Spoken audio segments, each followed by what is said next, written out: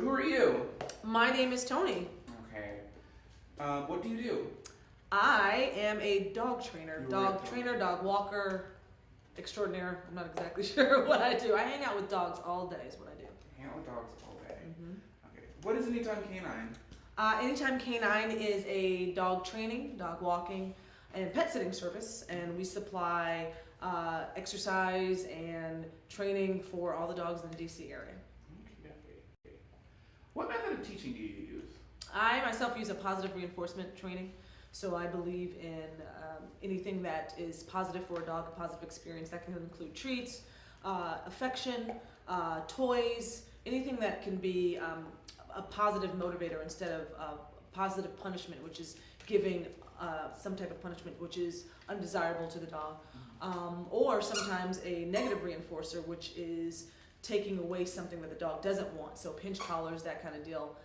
That's a negative reinforcement. I don't use that. I use positive reinforcement. Now, specifically, what are the methods of negative reinforcement that you try to stay away from? Well, specifically, choke chains, prong collars, shock collars, anything that gives a negative association with whatever it is that is making the dog get excited. So for instance, if I have a dog that's becoming reactive on leash, every time he sees another dog, he wants to either see that dog and approach that dog, and that anxiety is turning into aggression because he cannot fulfill that behavior.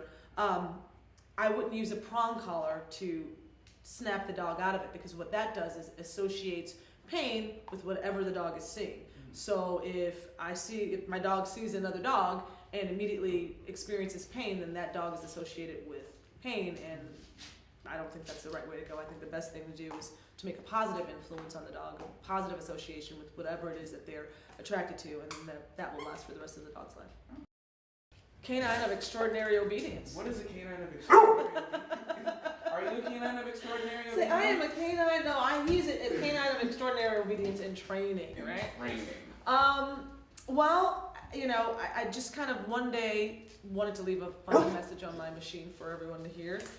I thought of my dog Riley as being a really smart dog. He, of course, is trained. You can't have you can't be a trainer and not have a well-trained. Well, you can, but I prefer not to be a trainer without a well-trained dog. And I just thought he was a really extraordinarily trained and extraordinarily obedient dog, and it just kind of stuck. So now he is the CEO of the company.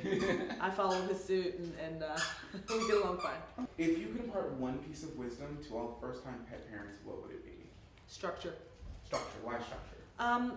Because a lot of times people will get a new dog and they're so overwhelmed and excited and emotional about the dog that they don't provide enough structure for the dog. And dogs need structure in order to realize their place in the hierarchy. So if they don't have any structure and the human is just the two-legger, as I call them, is letting them, do whatever they want, sit wherever they want, rest wherever they want, they are assuming that in that case that they are they are pack leader, in fact. And once a dog believes that they are higher up in the hierarchy than they should be, that's where the problems start. So structure, I think, is the most important thing. Now, if you could talk to a dog and impart one piece of wisdom to that dog who's getting their first human, what would it be? Patience. Patience. Why patience? Because I don't really train dogs. I feel like I train humans. And humans so often contradict what they ask for. I mean, our body language says one thing while our words say something else. The tone of our voice says one thing while our body language is saying something different. So, in doggy world, everything is very, very specific. When you move your body this way, this is what you're saying. When you use this kind of vocalization, this is what you're saying. Humans are a lot less consistent. So, I would tell a dog, just be patient as your human works through what's going to work best for you. When did you realize your passion for dogs? Early on in life. I've always had a dog. Well, ever since I can remember, I've had a dog. And even before I remember having my own dog, I do remember seeing dogs, stray dogs, and wanting to bring every dog home, every cat home that I saw walking down the street. I've always been a fan of animals in general, specifically dogs and cats.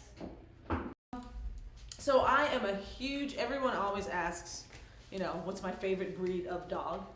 And I can never answer that question because there's really no answer for that question. However, I do have favorite groups of dogs. The sporting group is one of my favorite groups of dogs, and the working group.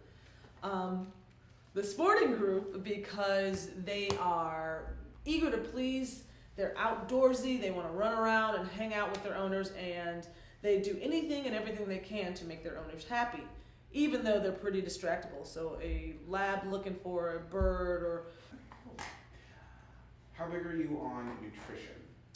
I'm a big fan, of course, of nutrition because I think everything comes into play. I know. Is it done? Is it done? That toy is done. Yes. I might need to get that from her. Can. Is it done, honey? I think maybe that was her first squeaky toy ever.